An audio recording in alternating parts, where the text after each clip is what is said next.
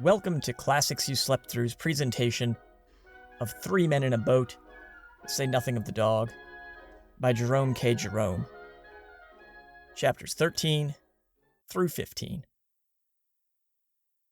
Chapter 13. Marlow, Bisham Abbey, the Medmenham Monks. Montmorency thinks he will murder an old tomcat, but eventually decides he will let it live. Shameful conduct of a fox terrier at the civil service stores. Our departure from Marlow. An imposing procession. The steam launch. Useful receipts for annoying and hindering it. We decline to drink the river. A peaceful dog. Strange disappearance of Harris and a pie. Marlow is one of the pleasantest river centers I know of. It is a bustling, lively little town. Not very picturesque on the whole, it is true, but there are many quaint nooks and corners to be found in it, nevertheless. Standing arches in the shattered bridge of time, over which our fancy travels, back to the days when Marlow Manor owned Saxon Algar for its lord, ere conquering William seized it to give to Queen Matilda, ere it passed to the Earls of Warwick, or to the worldly wise Lord Paget, the counsellor of 4 successive sovereigns. There's lovely country round about it, too, if after boating you are fond of a walk, while the river itself is at its best here. Down to Cookham, past the Quarry Woods and the meadows, is a lovely reach. Dear old Quarry Woods, with your narrow climbing paths and little winding glades, how scented to this hour you seem with memories of sunny summer days. How haunted are your shadowy vistas with the ghosts of laughing faces. How from your whispering leaves there softly fall the voices of long ago. From Marlow up to Sonning, it's even fairer yet. Grand old Bisham Abbey, whose stone walls have rung to the shouts of the Knights Templars, and which, at one time, was the home of Anne of Cleves, and another of Queen Elizabeth, is passed on the right bank, just half a mile above Marlow Bridge. Bisham Abbey is rich in melodramatic properties. It contains a tapestry bedchamber and a secret room hid high up in the thick walls. The ghost of the Lady Holy, who beat her little boy to death, still walks there at night, trying to wash its ghostly hands clean in a ghostly basin. Warwick, the kingmaker, rests there, careless now about such trivial things as earthly kings and earthly kingdoms, and Salisbury, who did a good service at Poitiers. Just before you come to the Abbey, and right on the river's bank, is Bisham Church. And perhaps, if any tombs are worth inspecting, they are the tombs and monuments in Bisham Church. It was while floating in his boat under the Bisham beaches that Shelley, who was then living at Marlow, you can see his house now in West Street, composed The Revolt of Islam. By Hurley Weir, a little higher up, I've often thought that I could stay a month without having sufficient time to drink in all the beauty of the scene. The village of Hurley, 5 minutes' walk from the loch, is as old a little spot as there is on the river, dating as it does, to quote the quaint phraseology of those dim days, from the times of King Sebert and King Offa. Just past the weir, going up, is Danesfield, where the invading Danes once encamped during their march to Gloucestershire, and a little further still, nestling by a sweet corner of the stream, is what is left of Medmenham Abbey. The famous Medmenham monks, or Hellfire Club as they were commonly called, and of whom the notorious Wilkes was a member, were a fraternity whose motto was, "Do as you please." That invitation still stands over the ruined doorway of the Abbey. Many years before this bogus Abbey, with its congregation of irreverent jesters, was founded, there stood upon this same spot a monastery of a sterner kind, whose monks were of a somewhat different type to the revelers that were to follow them 500 years afterwards.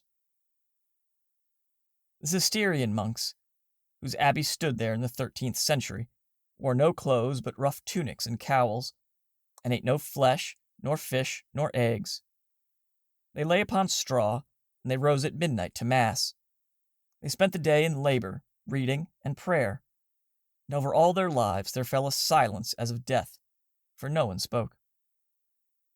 A grim fraternity, passing grim lives in that sweet spot that God had made so bright. Strange that nature's voice all around them, the soft singing of the waters, the whisperings of the river grass, the music of the rushing wind, should not have taught them a truer meaning of life than this. They listened there, through the long days in silence, waiting for a voice from heaven. And all day long and through the solemn night it spoke to them in myriad tones, and they heard it not.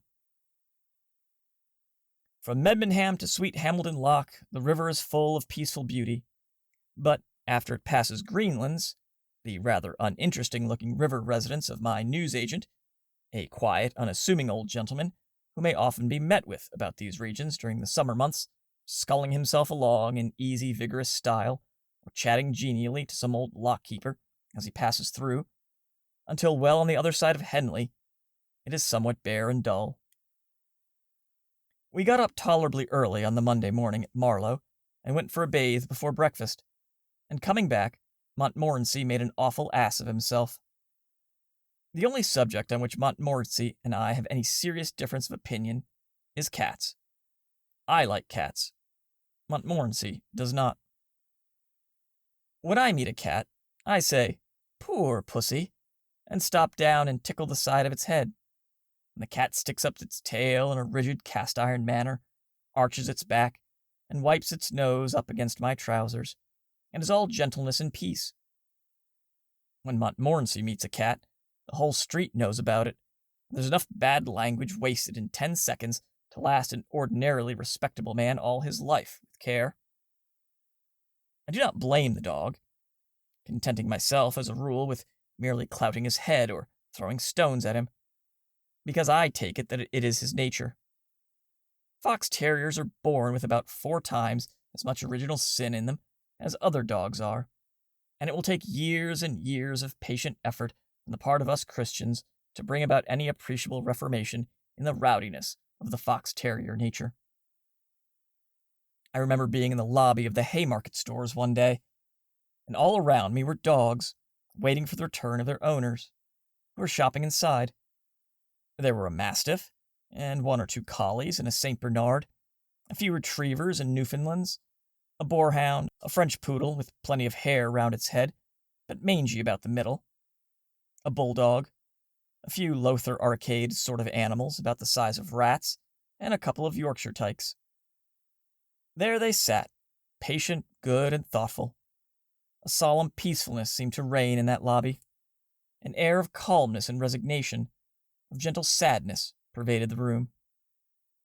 Then a sweet young lady entered, leading a meek-looking little fox terrier, and left him, chained up there, between the bulldog and the poodle. He sat and looked about him for a minute. Then he cast his eyes up to the ceiling and seemed, judging from his expression, to be thinking of his mother. Then he yawned. Then he looked round at the other dogs, all silent, grave, and dignified. He looked at the bulldog, sleeping dreamlessly on his right. He looked at the poodle, erect and haughty on his left. Then, without a word of warning, without the shadow of a provocation, he bit that poodle's near foreleg, and a yelp of agony rang through the quiet shades of that lobby. The result of his first experiment seemed highly satisfactory to him, and he determined to go on and make things lively all round. He sprang over the poodle and vigorously attacked a collie, and the collie woke up and immediately commenced a fierce and noisy contest with the poodle. Then Foxy came back to his own place and caught the bulldog by the ear and tried to throw him away, and the bulldog, a curiously impartial animal, went for everything he could reach, including the hall porter, which gave that dear little terrier the opportunity to enjoy an uninterrupted fight of his own with an equally willing Yorkshire tyke. Anyone who knows canine nature need hardly be told that by this time all the other dogs in the place were fighting as if their hearths and homes depended on the fray.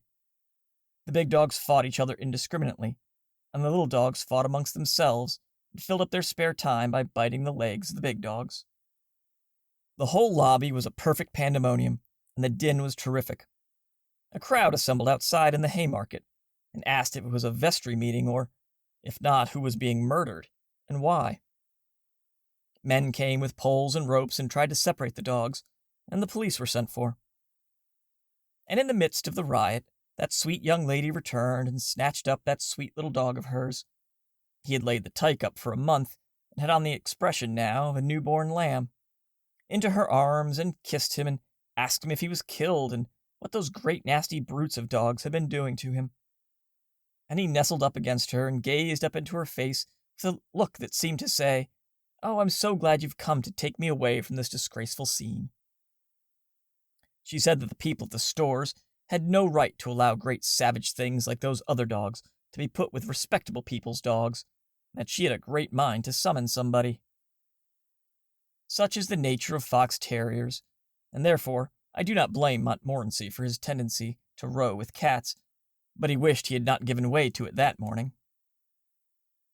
We were, as I've said, returning from a dip, and halfway up the high street, a cat darted out from one of the houses in front of us and began to trot across the road. Montmorency gave a cry of joy, the cry of a stern warrior who sees his enemy given over to his hands, the sort of cry Cromwell might have uttered when the Scots came down the hill, and flew after his prey. His victim was a large black Tom. I never saw a larger cat, nor a more disreputable-looking cat. It had lost half its tail, one of its ears, and a fairly appreciable proportion of its nose. It was a long, sinewy-looking animal.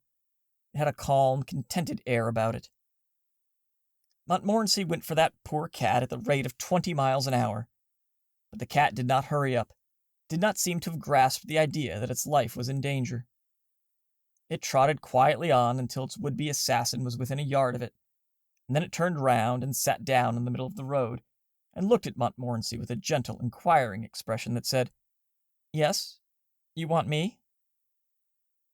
Montmorency does not lack pluck, but there was something about the look of that cat that might have chilled the heart of the boldest dog. He stopped abruptly, and looked back at Tom. Neither spoke, but the conversation that one could imagine was clearly as follows. The cat: "Can I do anything for you?" Montmorency: No, thanks."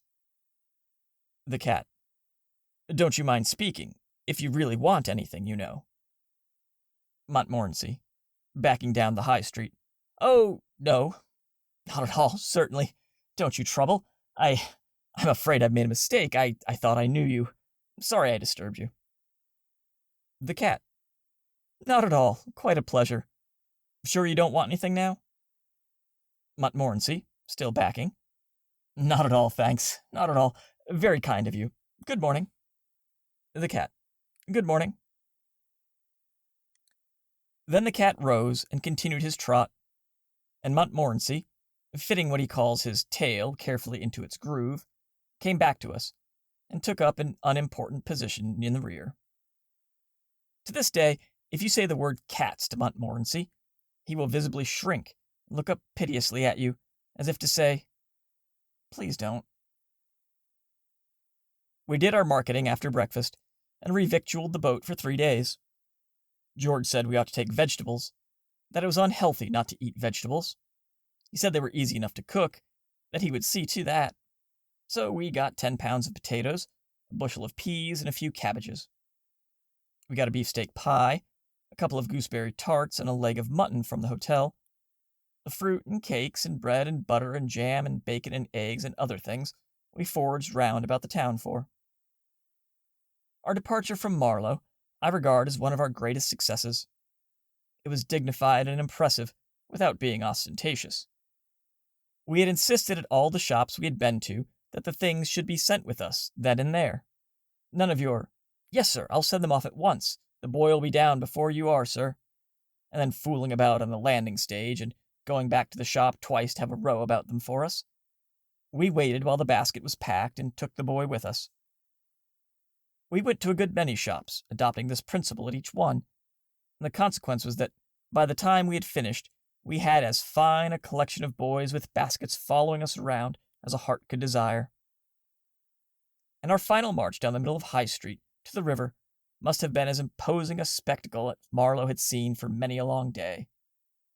The order of the procession was as follows: Montmorency, carrying a stick; 2 disreputable-looking curs, friends of Montmorency's; George, carrying coats and rugs and smoking a short pipe; Harris, trying to walk with easy grace while carrying a bulged Gladstone bag in one hand and a bottle of lime juice in the other; greengrocer's boy and baker's boy, with baskets; Boots from the hotel, carrying hamper; confectioner's boy, with basket; grocer's boy, with basket; long-haired dog; cheesemonger's boy, with basket; odd man carrying a bag; bosom companion of odd man, with his hands in his pockets, smoking a short clay; fruiterer's boy, with basket; myself, carrying 3 hats and a pair of boots, and trying to look as if I didn't know it; 6 small boys, and 4 stray dogs.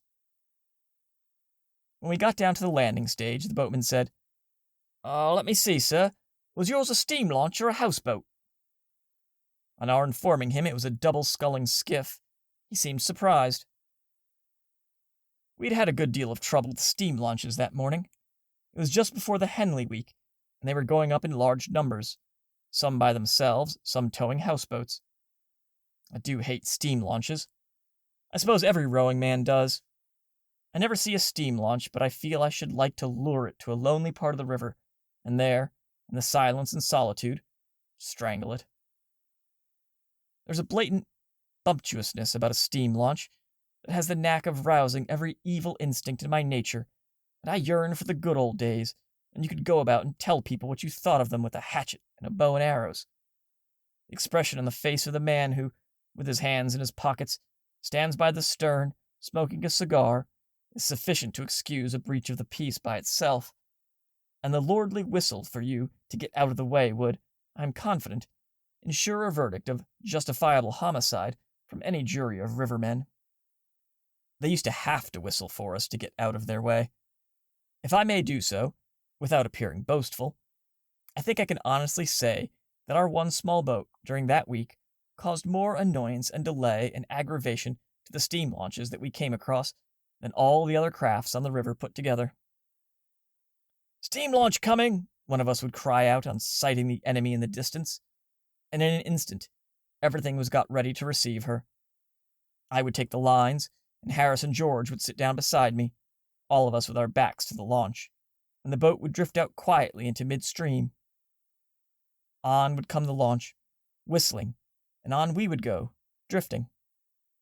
At about 100 yards off, we'd start whistling like mad, and the people would come and lean over the side and roar at us. But we never heard them. Harris would be telling us an anecdote about his mother, and George and I would not have missed a word of it for worlds.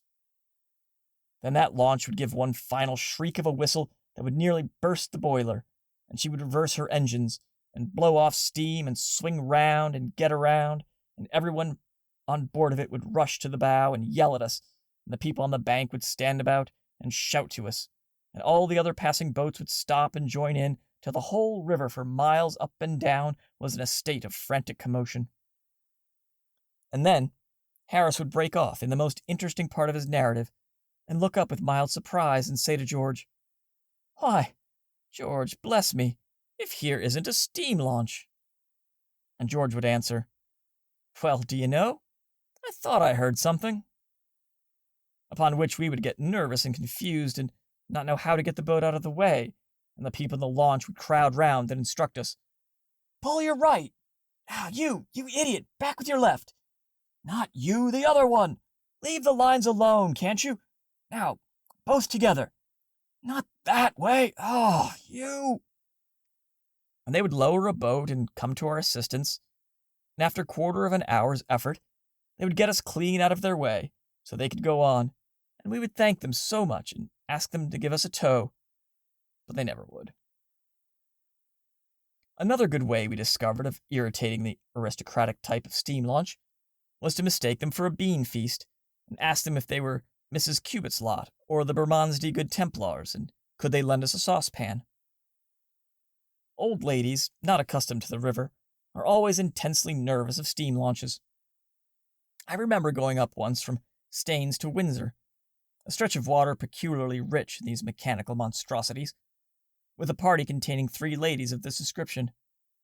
It was very exciting. At the first glimpse of every steam launch that came in view, they insisted on landing and sitting down on the bank until it was out of sight again. They said they were very sorry, but that they owed it to their families not to be foolhardy. We found ourselves short of water at Hambledon Lock, so we took our jar and went up to the lock-keeper's house to beg for some. George was our spokesman. He put on a winning smile and said, "Oh, please, could you spare us a little water?" "Certainly," replied the old gentleman. "Take as much as you want, and leave the rest." "Thank you so much," murmured George, looking about him. Where do you keep it?" "It's always in the same place, my boy," was the stolid reply. "Just behind you." "I don't see it," said George, turning round. "Why, bless us, where's your eyes?" was the man's comment, as he twisted George round and pointed up and down the stream. "There's enough of it to see, ain't there?" "Oh!" exclaimed George, grasping the idea. "But we can't drink the river, you know." "No, but you can drink some of it," replied the old fellow. "That's what I've drunk for the last 15 years." George told him that his appearance, after the course, did not seem a sufficiently good advertisement for the brand, and that he would prefer to get it out of the pump. We got some from a cottage a little higher up. I dare say that was only river water, if we had known, but we did not know, so it was all right. What the eye does not see, the stomach does not get upset over. We tried river water once, later on in the season, but it was not a success. We were coming downstream and had pulled up to have tea in a backwater near Windsor. Our jar was empty, and it was a case of going without our tea or taking water from the river. Harris was for chancing it. He said it must be all right if we boiled the water. He said that the various germs of poison present in the water would be killed by the boiling.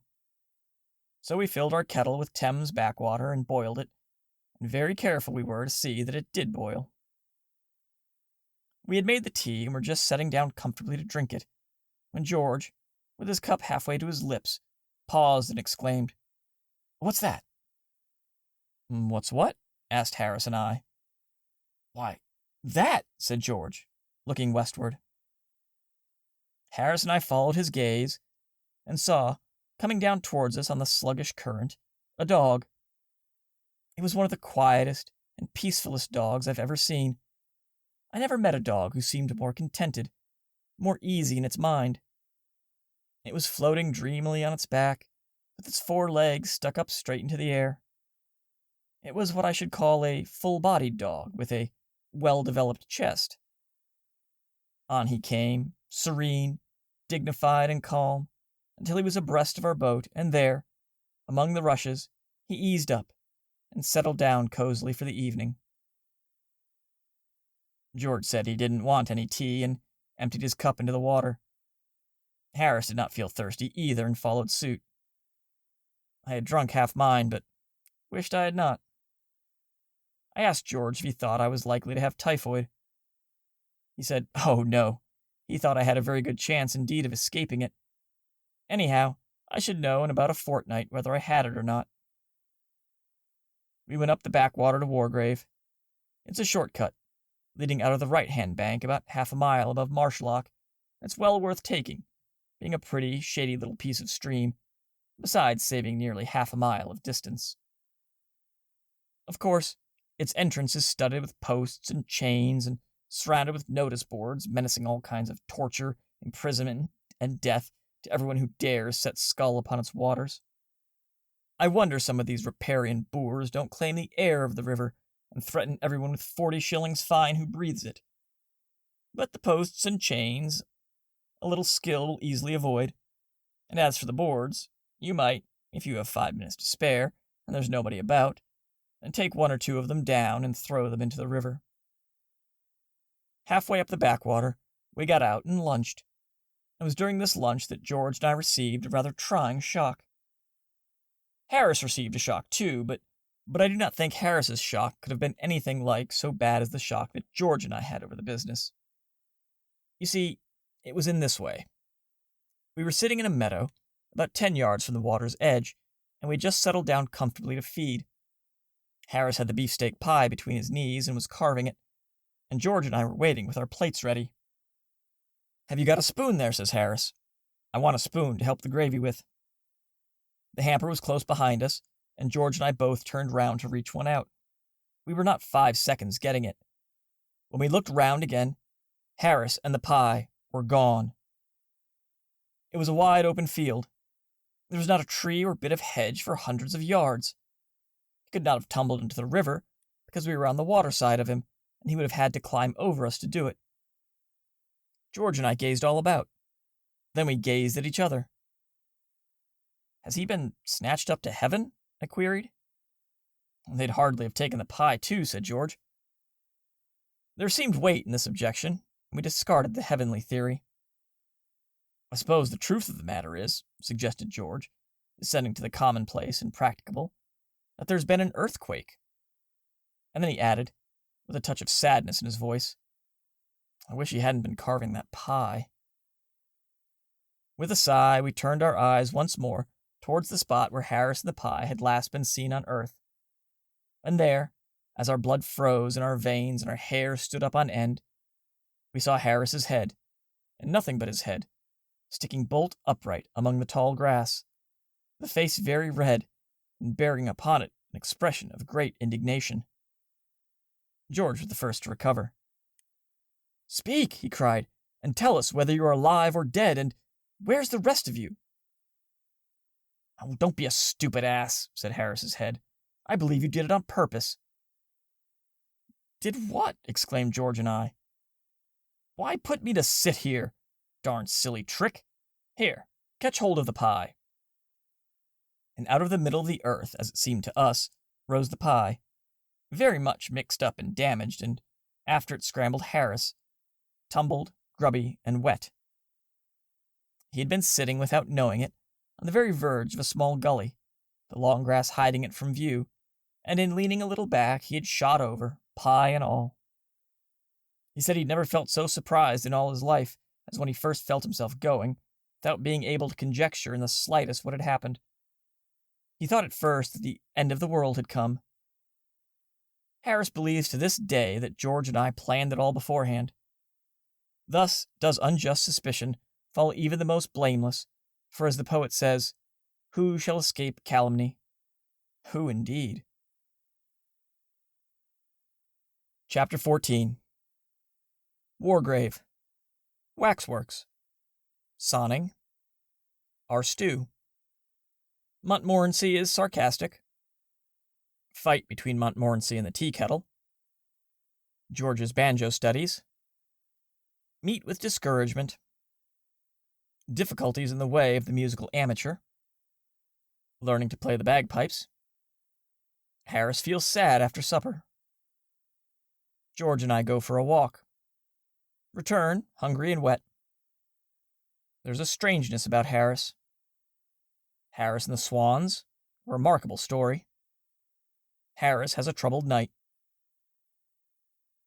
We caught a breeze after lunch, which took us gently up past Wargrave and Shiplake.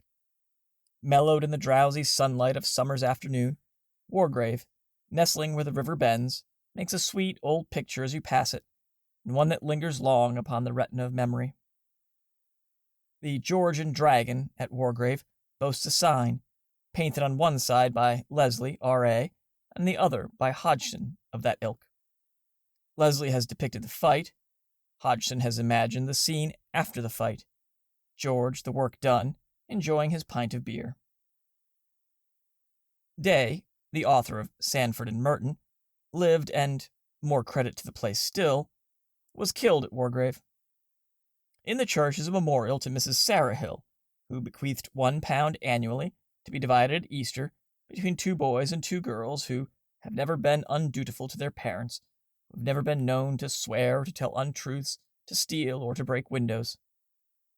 Fancy giving up all that for 5 shillings a year. It's not worth it. It's rumored in the town that once, many years ago, a boy appeared who really never had done these things, or at all events, which was all that was required or could be expected, had never been known to do them, and thus won the crown of glory. He was exhibited for 3 weeks afterwards in the town hall, under a glass case. What has become of the money since, no one knows. They say it is always handed over to the nearest waxworks show. Shiplake is a pretty village, but it cannot be seen from the river, being upon a hill. Tennyson was married in Shiplake Church.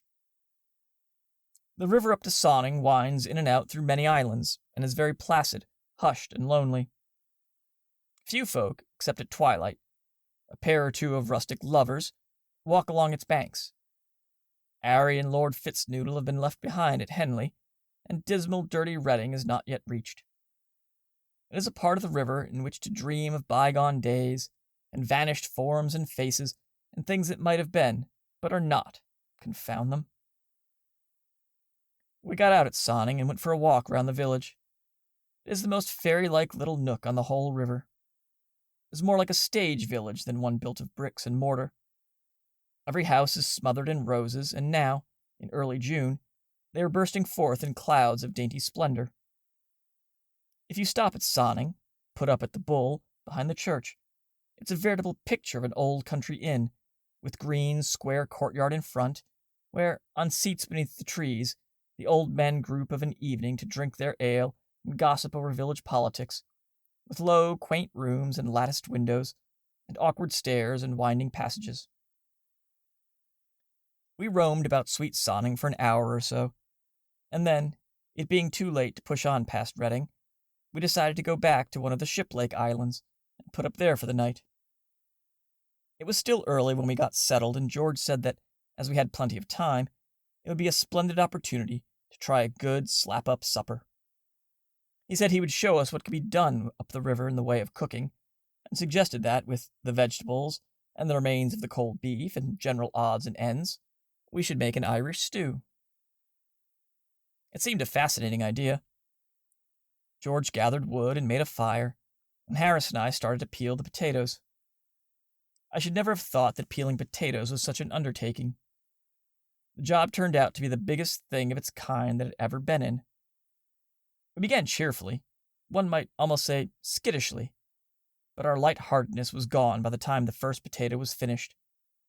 The more we peeled, the more peel there seemed to be left on. By the time we'd got all the peel off and all the eyes out, there was no potato left, at least none worth speaking of. George came and had a look at it. It was about the size of a peanut.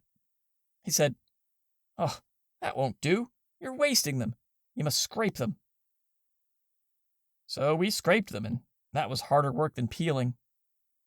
They're such an extraordinary shape, potatoes, all bumps and warts and hollows. We worked steadily for 25 minutes, and did 4 potatoes. Then we struck. We said we should require the rest of the evening for scraping ourselves. I never saw such a thing as potato scraping for making a fellow in a mess. It seemed difficult to believe that the potato scrapings in which Harris and I stood, half smothered, could have come off 4 potatoes. It shows you what can be done with economy and care. George said it was absurd to have only 4 potatoes in an Irish stew. So we washed a half a dozen or so more, and put them in without peeling. We also put in a cabbage and about half a pack of peas. George stirred it all up, and then he said there seemed to be a lot of room to spare, so we overhauled both the hampers, and picked out all the odds and ends and the remnants, and added them to the stew. There were half a pork pie, and a bit of cold boiled bacon left, and we put them in. Then George found half a tin of potted salmon, and he emptied that into the pot. He said that was the advantage of Irish stew. You got rid of such a lot of things. I fished out a couple of eggs that had got cracked and put those in. George said they would thicken the gravy. I forget the other ingredients, but I know nothing was wasted, and I remember that, towards the end, Montmorency, who had evinced a great interest in the proceedings throughout, strolled away with an earnest and thoughtful air, reappearing a few minutes afterwards, with a dead water rat in his mouth, which he evidently wished to present as his contribution to the dinner. Whether in a sarcastic spirit or with a genuine desire to assist, I cannot say. We had a discussion as to whether the rat should go in or not. Harris said he thought it would be all right, mixed up with all the other things, and that every little helped. But George stood up for precedent. He said he had never heard of water rats in Irish stew. He would rather be on the safe side and not try experiments. Harris said, "If you never try a new thing, how can you tell what it's like? It's men such as you that hamper the world's progress. Think of the man who first tried German sausage." It was a great success, that Irish stew. I don't think I ever enjoyed a meal more. There was something so fresh and piquant about it. One's palate gets so tired of old hackneyed things. Here was a dish of a new flavor, with a taste like nothing else on earth. And it was nourishing, too.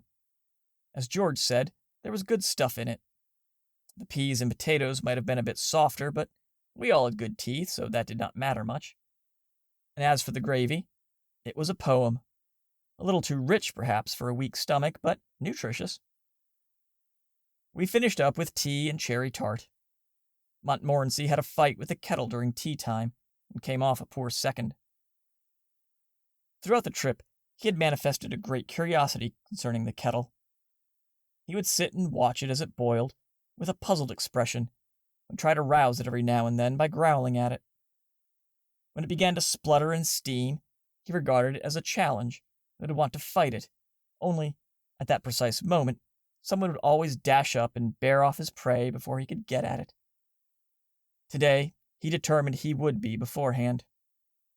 At the first sound the kettle made, he rose, growling, and advanced towards it in a threatening attitude. It was only a little kettle, but it was full of pluck, and it up and spit at him. "Ah, would ye?" growled Montmorency, showing his teeth. "I'll teach you to cheek a hard-working, respectable dog, you miserable, long-nosed, dirty-looking scoundrel.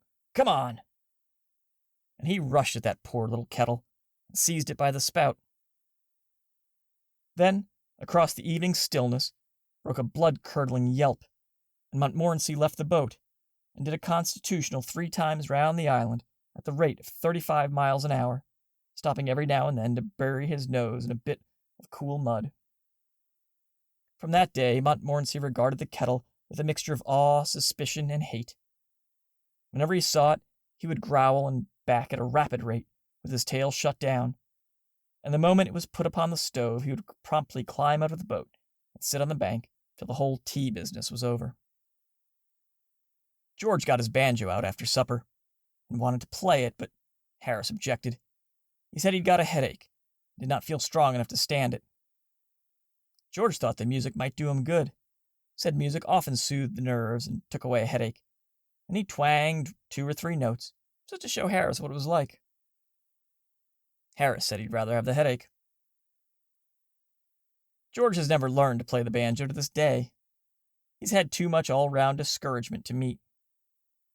He tried on 2 or 3 evenings while we were up the river to get a little practice, but it was never a success.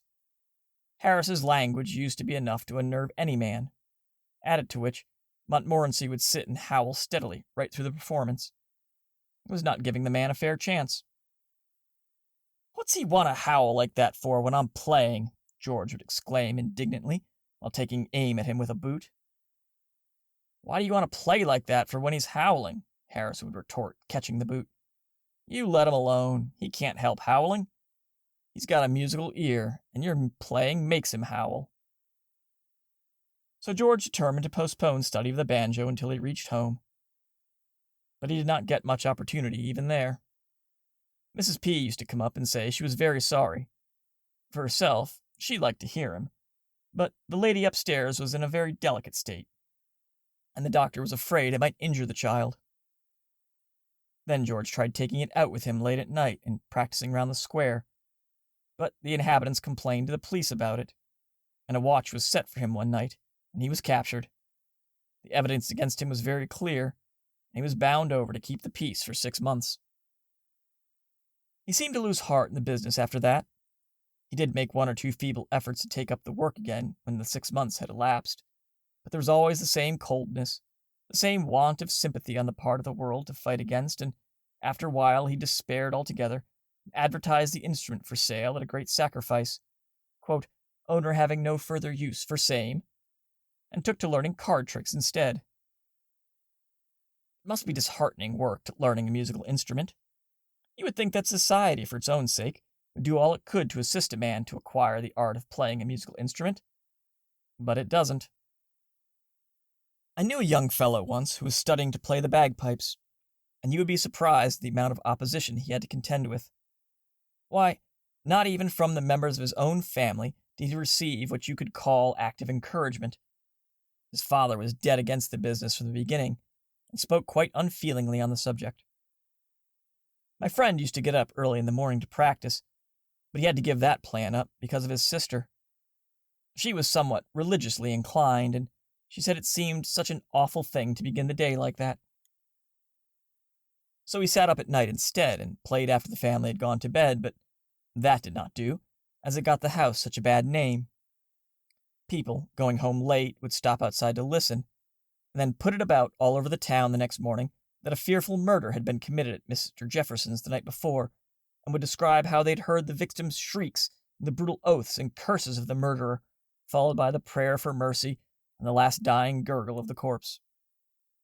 So they let him practice in the daytime, in the back kitchen with all the doors shut, but his more successful passages could generally be heard in the sitting room, in spite of these precautions, and would affect his mother almost to tears. She said it put her in mind of her poor father. He had been swallowed by a shark, poor man, while bathing off the coast of New Guinea. Where the connection came in, she could not explain.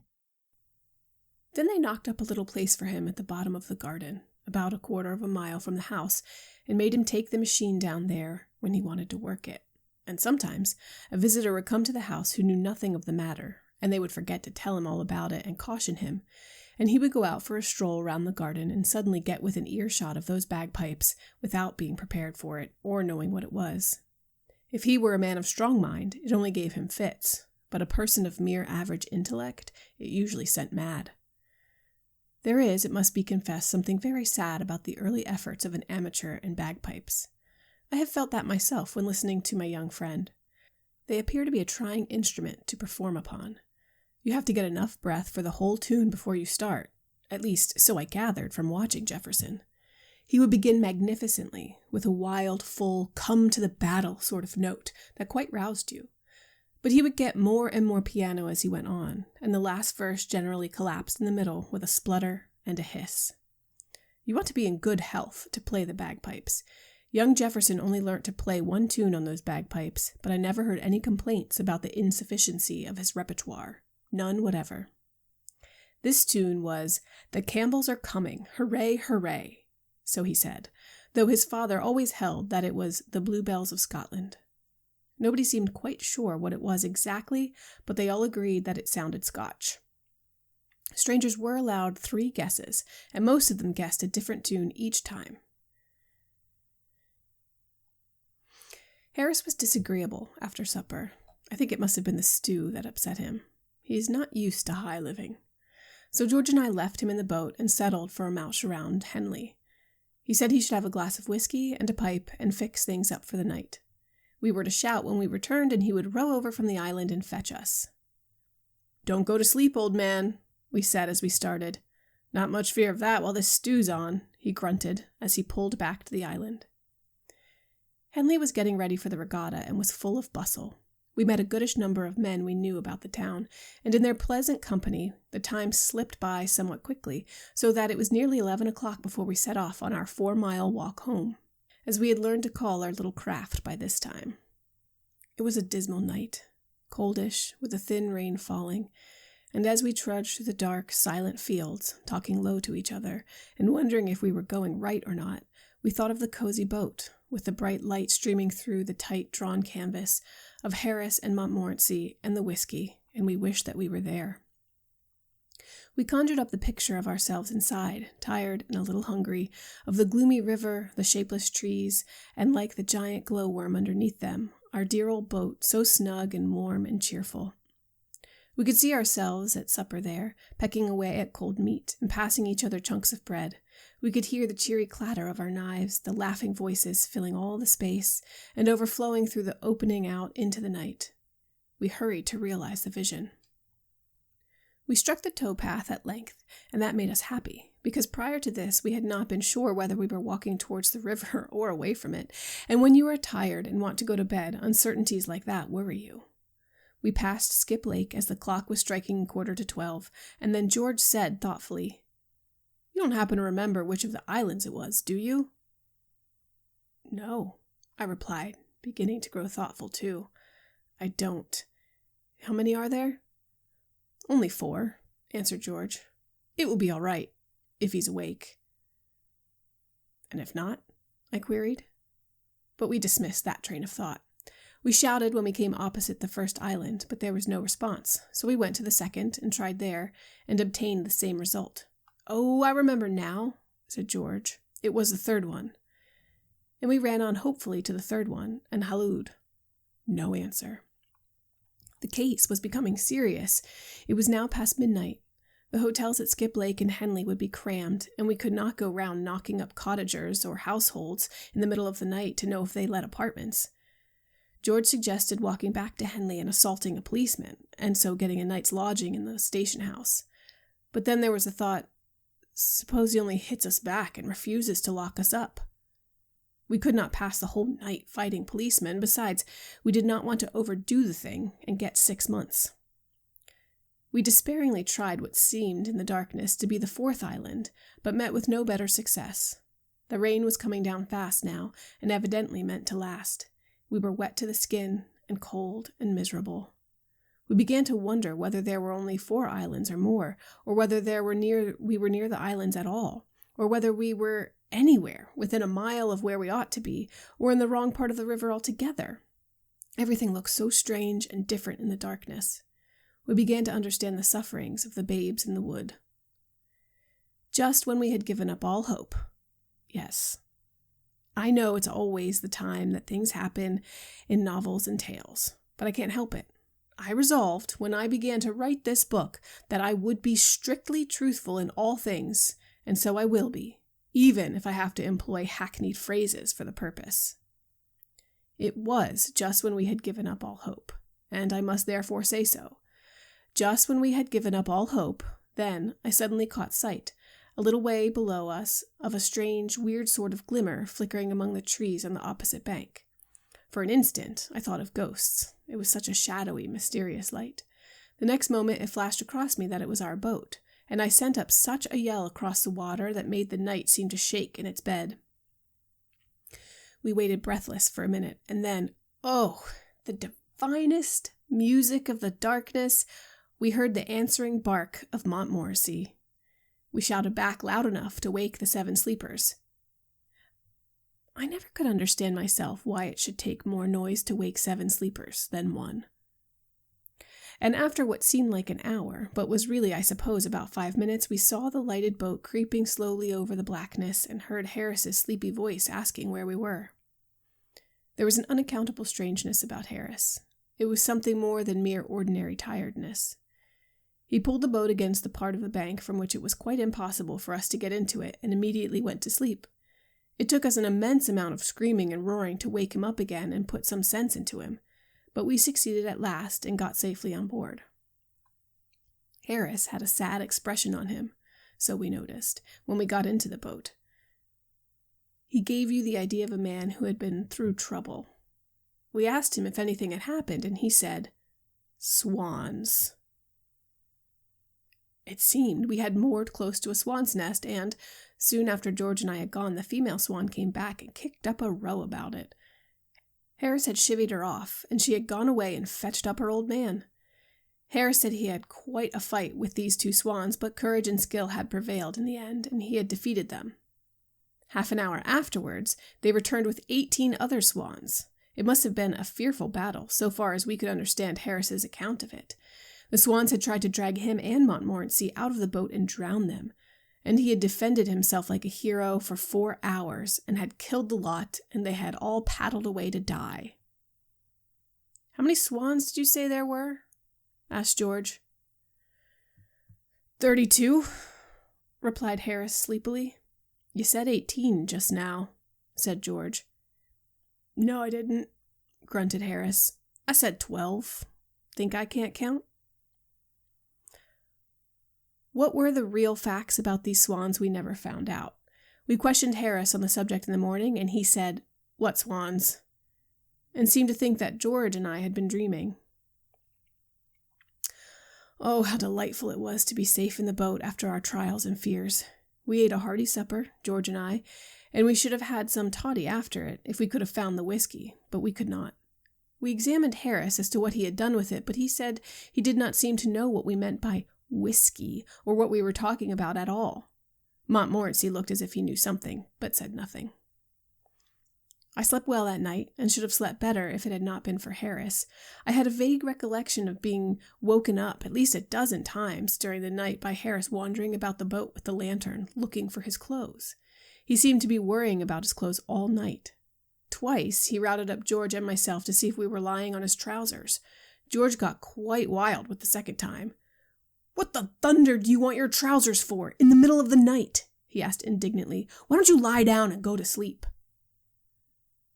I found him in trouble the next time I awoke because he could not find his socks, and my last hazy remembrance is of being rolled over on my side and of hearing Harris muttering something about its being an extraordinary thing where his umbrella could have got to. Chapter 15.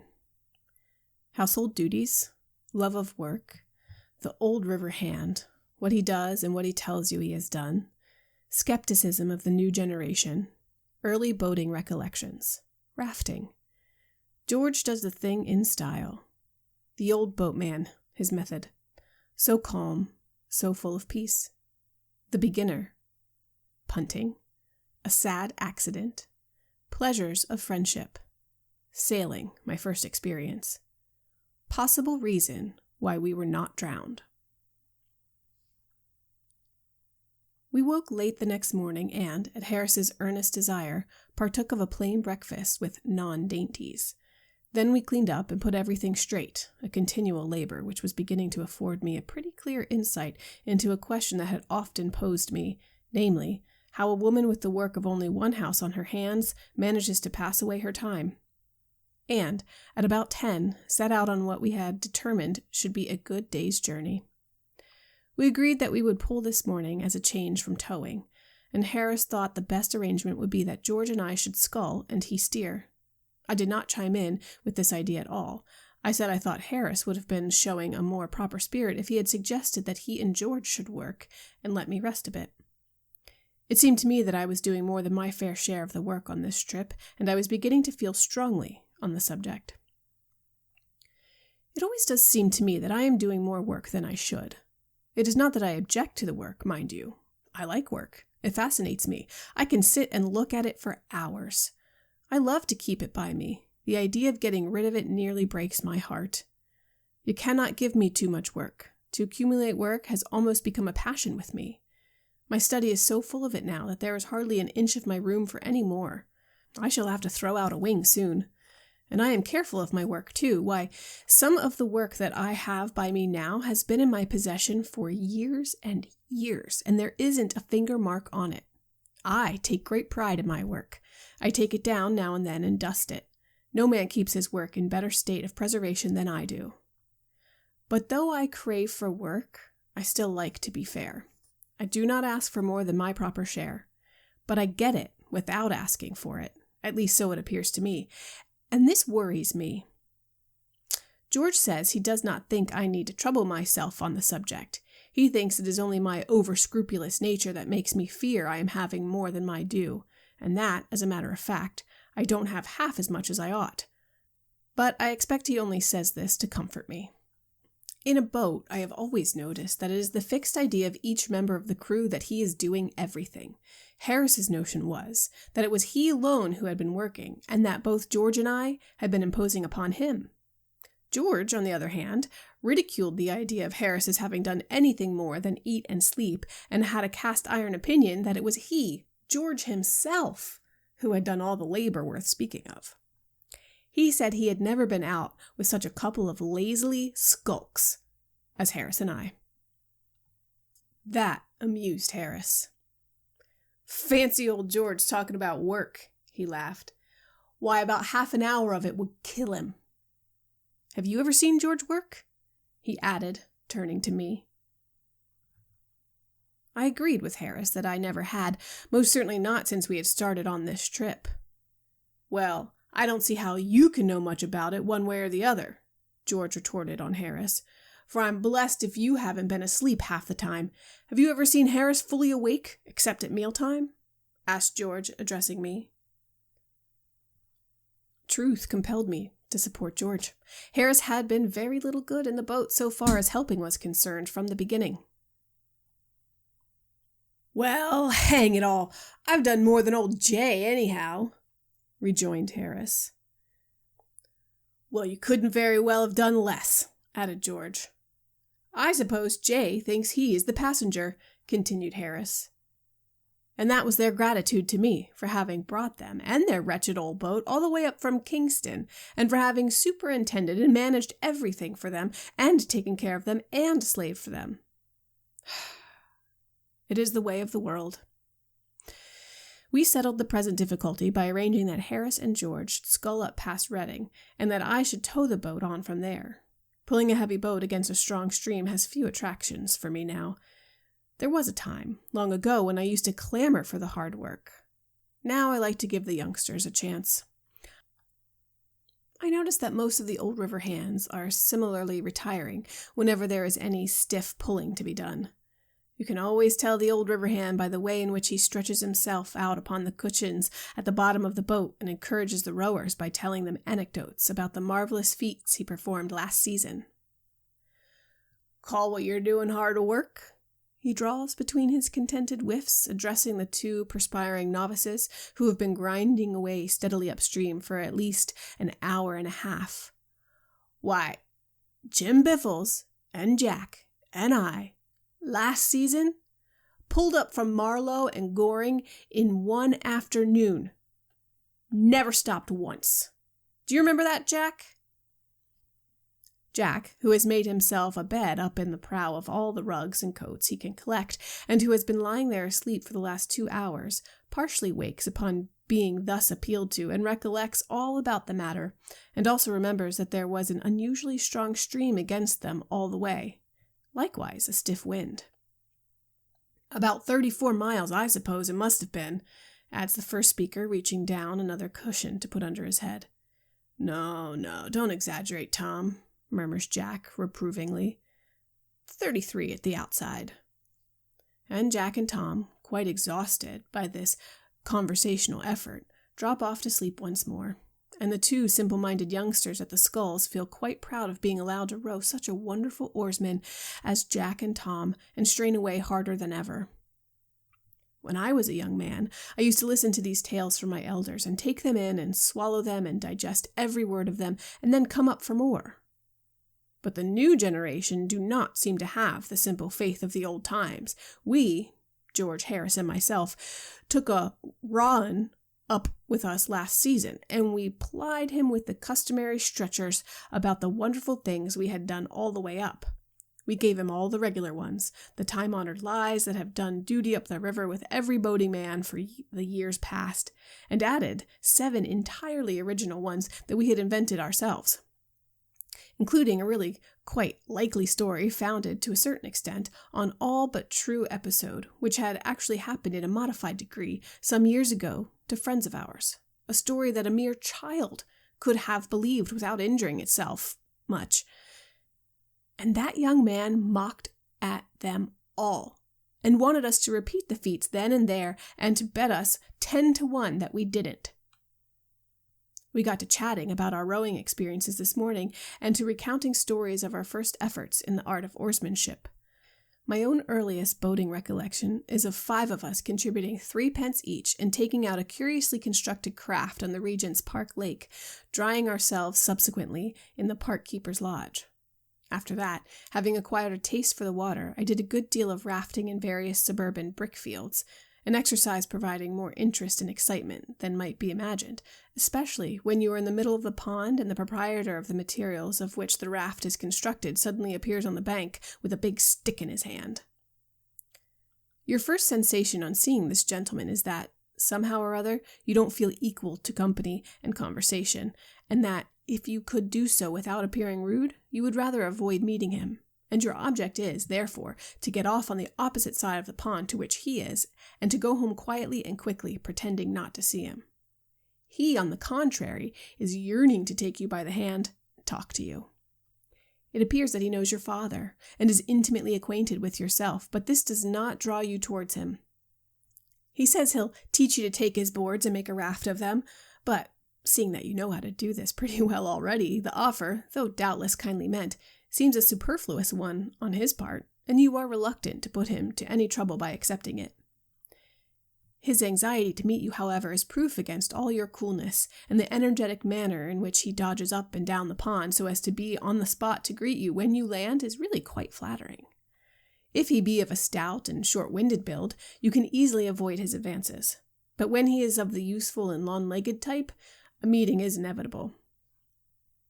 The interview is, however, extremely brief, most of the conversation being on his part, your remarks being mostly of an exclamatory and monosyllabic order, and as soon as you can tear yourself away, you do so. I devoted some 3 months to rafting, and, being then as proficient as there was any need to be at that branch of the art, I determined to go in for rowing proper, and joined one of the Lee boating clubs. Being out in a boat on the River Lee, especially on Saturday afternoons, soon makes you smart at handling a craft, and spry at escaping being run down by roughs or swamped by barges, and it also affords plenty of opportunity for acquiring the most prompt and graceful method of lying down flat at the bottom of the boat so as to avoid being chucked out into the river by passing tow lines. But it does not give you style. It was not until I came to the Thames that I got style. My style of rowing is very much admired now. People say it is so quaint. George never went near the water until he was 16. Then he and 8 other gentlemen of about the same age went down in a body to Kew one Saturday, with the idea of hiring a boat there, and pulling to Richmond and back. One of their number, a shock-headed youth named Joskins, who had once or twice taken out a boat on the Serpentine, told them it was jolly fun, boating. The tide was running out pretty rapidly when they reached the landing stage, and there was a stiff breeze blowing across the river. But this did not trouble them at all, and they proceeded to select their boat. There was an 8-oared racing outrigger drawn up on the stage. That was the one that took their fancy. They said they'd have that one, please. The boatman was away, and only his boy was in charge. The boy tried to damp their ardor for the outrigger, and showed them 2 or 3 very comfortable-looking boats of the family party build. But those would not do at all. The outrigger was the boat they thought they would look best in. So the boy launched it, and they took off their coats and prepared to take their seats. The boy suggested that George, who, even in those days, was always the heavy man of any party, should be number 4. George said he should be happy to be number 4, and promptly stepped into the bow's place and sat down with his back to the stern. They got him into his proper position at last, and then the others followed. A particularly nervous boy was appointed cox, and the steering principle explained to him by Joskins. Joskins himself took stroke. He told the others it was simple enough. All they had to do was follow him. They said they were ready, and the boy on the landing stage took a boat hook and shoved him off. What then followed George is unable to describe in detail. He has a confused recollection of having immediately on starting received a violent blow in the small of the back from the butt end of number 5's skull, at the same time that his own seemed to disappear from under him by magic and leave him sitting on the boards. He also noticed, as a curious circumstance, that number 2 was at the same instant lying on his back at the bottom of the boat, with his legs in the air, apparently in a fit. They passed under Kew Bridge, broadside, at the rate of 8 miles an hour, Joskins being the only one who was rowing. George, on recovering his seat, tried to help him, but, on dipping his oar into the water, it immediately, to his intense surprise, disappeared under the boat and nearly took him with it. And then Cox threw both rudder lines overboard and burst into tears. How they got back George never knew, but it took them just 40 minutes. A dense crowd watched the entertainment from Kew Bridge with much interest, and everybody shouted out to them different directions. 3 times they managed to get the boat back through the arch, and 3 times they were carried under it again, and every time Cox looked up and saw the bridge above him, and he broke out into renewed sobs. George said he little thought that afternoon that he should ever come to really like boating. Harris is more accustomed to sea rowing than to river work, and says that, as an exercise, he prefers it. I don't. I remember taking a small boat out on Eastbourne last summer. I used to do a good deal of sea rowing years ago, and I thought I should be all right, but I found I had forgotten the art entirely. When one scull was deep down underneath the water, the other would be flourishing wildly about in the air. To get a grip of the water with both at the same time, I had to stand up. The parade was crowded with nobility and gentry, and I had to pull past them in this ridiculous fashion. I landed halfway down the beach and secured the services of an old boatman to take me back. I like to watch an old boatman rowing, especially one who has been hired by the hour. There's something so beautifully calm and restful about his method. It is so free from that fretful haste, that vehement striving that is every day becoming more and more the bane of 19th century life. He is not forever straining himself to pass all the other boats. If another boat overtakes him and passes him, it does not annoy him. As a matter of fact, they all do overtake him and pass him. All those that are going his way. This would trouble and irritate some people. The sublime equanimity of the hired boatman under the ordeal affords us a beautiful lesson against ambition and uppishness. Plain practical rowing of the get the boat along order is not a very difficult art to acquire, but it takes a good deal of practice before a man feels comfortable when rowing past girls. It is the time that worries a youngster. "It's jolly fun," he says, as for the 20th time within 5 minutes he disentangles his sculls from yours. "I can get on all right when I'm by myself." To see two novices try to keep time with one another is very amusing. Bow finds it impossible to keep pace with Stroke, because Stroke rows in such an extraordinary fashion. Stroke is intensely indignant at this, and explains that what he has been endeavoring to do for the last 10 minutes is to adapt his method to Bow's limited capacity. Bow, in turn, then becomes insulted, and requests Stroke not to trouble his head about him, Bow, but to devote his mind to settling a sensible stroke. "Or shall I take Stroke?" he adds, with the evident idea that it would at once put the whole matter right. They splash along for another 100 yards with still moderate success, and then the whole secret of their trouble bursts upon Stroke like a flash of inspiration. "I tell you what it is. You've got my sculls," he cries, turning to Bow. "Pass yours over." "Well, do you know I've been wondering how it was I couldn't get on with these?" answers Bow, quite brightening up, and most willingly assisting in the exchange. "Now we shall be all right." But they are not. Not even then. Stroke has to stretch his arms nearly out of their sockets to reach his sculls now, while Bow's pair, at each recovery, hit him a violent blow in the chest. So they exchange back again, and come to the conclusion that the man has given them the wrong set altogether. And over their mutual abuse of this man, they become quite friendly and sympathetic. George said he had often longed to take to punting for a change. Punting is not as easy as it looks. As in rowing, you soon learn how to get along and handle the craft, but it takes long practice before you can do this with dignity and without getting the water all up your sleeve.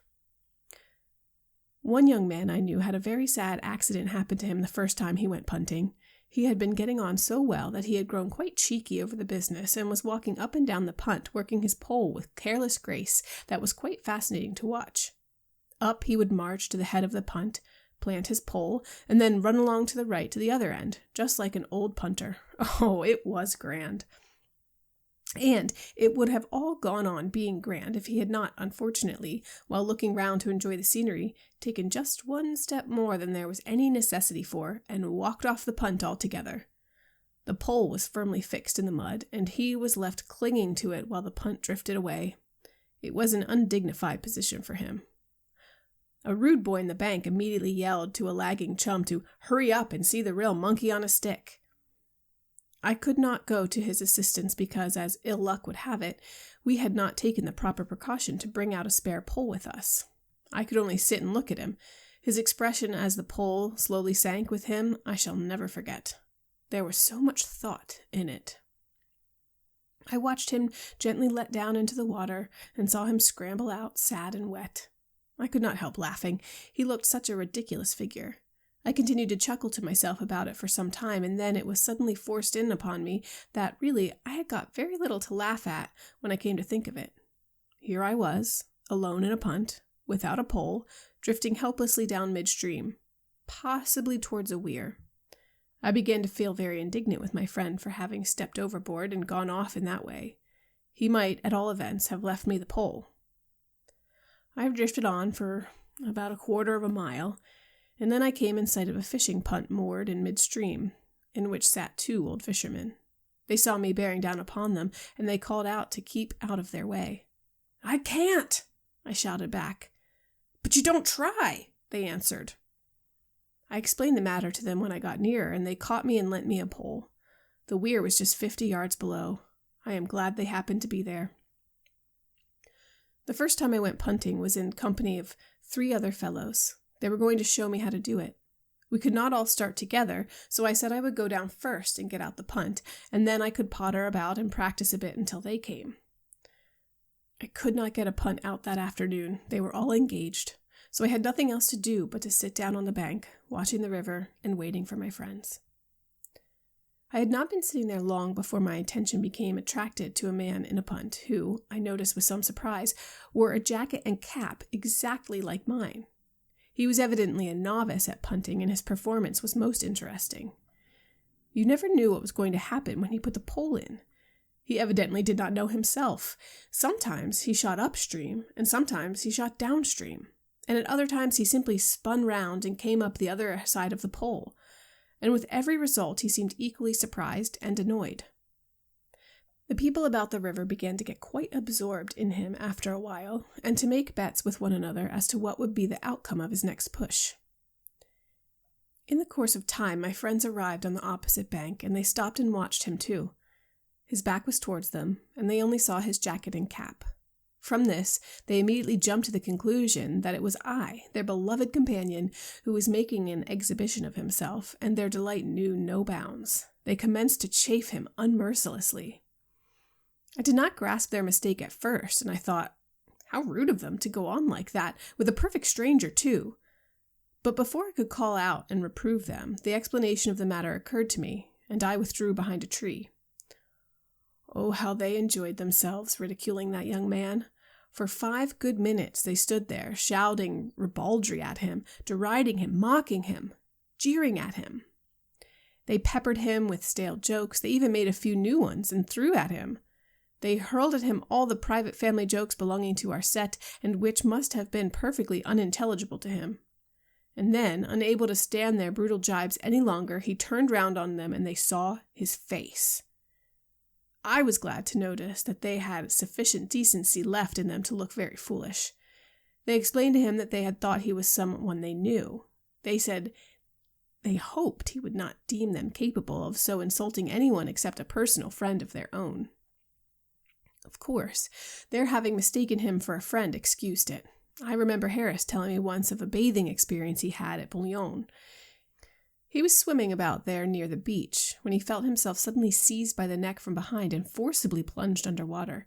He struggled violently, but whoever had got hold of him seemed to be a perfect Hercules in strength, and all his efforts to escape were unavailing. He had given up kicking and was trying to turn his thoughts upon solemn things when his captor released him. He regained his feet and looked round for his would-be murderer. The assassin was standing close by him, laughing heartily, but the moment he caught sight of Harris's face as it emerged from the water, he started back and seemed quite concerned. I really beg your pardon," he stammered confusedly, "but I took you for a friend of mine." Harris thought it was lucky for him the man had not mistaken him for a relation, or he would probably have been drowned outright. Sailing is a thing that wants knowledge and practice too, though, as a boy, I did not think so. I had an idea it came natural to a body, like rounders and touch. I knew another boy who held this view likewise, and so, one windy day, we thought we would try the sport. We were stopping down at Yarmouth, and we decided we would go for a trip up the Yar.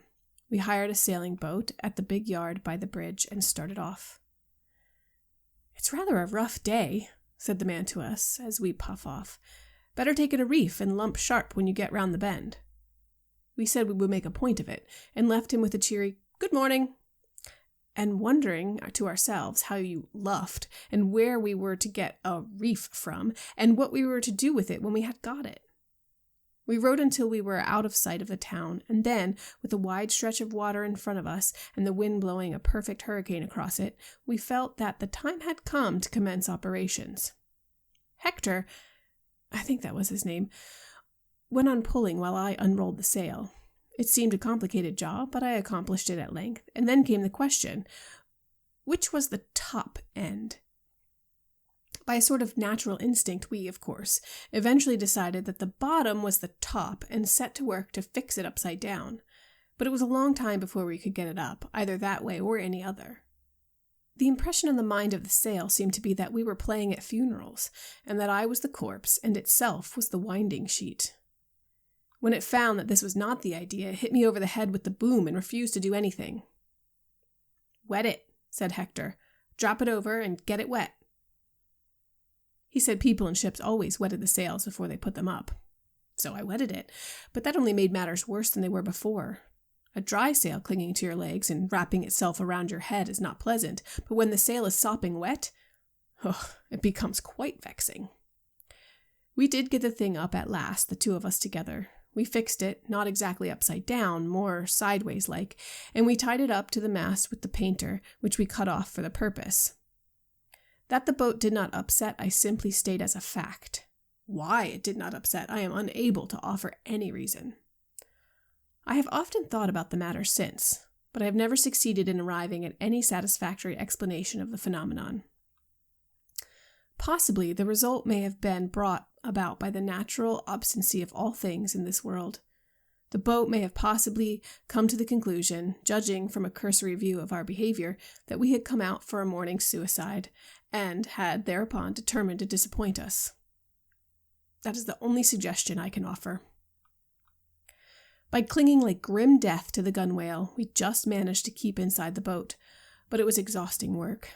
Hector said that pirates and other seafaring people generally lashed the rudder to something or other and hauled in the main top jib during severe squalls, and thought we ought to try to do something of the kind. But I was for letting her have her head to the wind. As my advice was by far the easiest to follow, we ended by adopting it, and contrived to embrace the gunwale and give her her head. The boat traveled upstream for about a mile at a pace that I had never sailed at since, and don't want to again. Then, at a bend, she heeled over till half her sail was under water. Then she righted herself by a miracle and flew for a long, low bank of soft mud. That mud bank saved us. The boat plowed its way into the middle of it, and then stuck. Finding that we were once more able to move according to our ideas, instead of being pitched and thrown about like peas in a bladder, we crept forward and cut down the sail. We had had enough sailing. We did not want to overdo the thing and get a surfeit of it.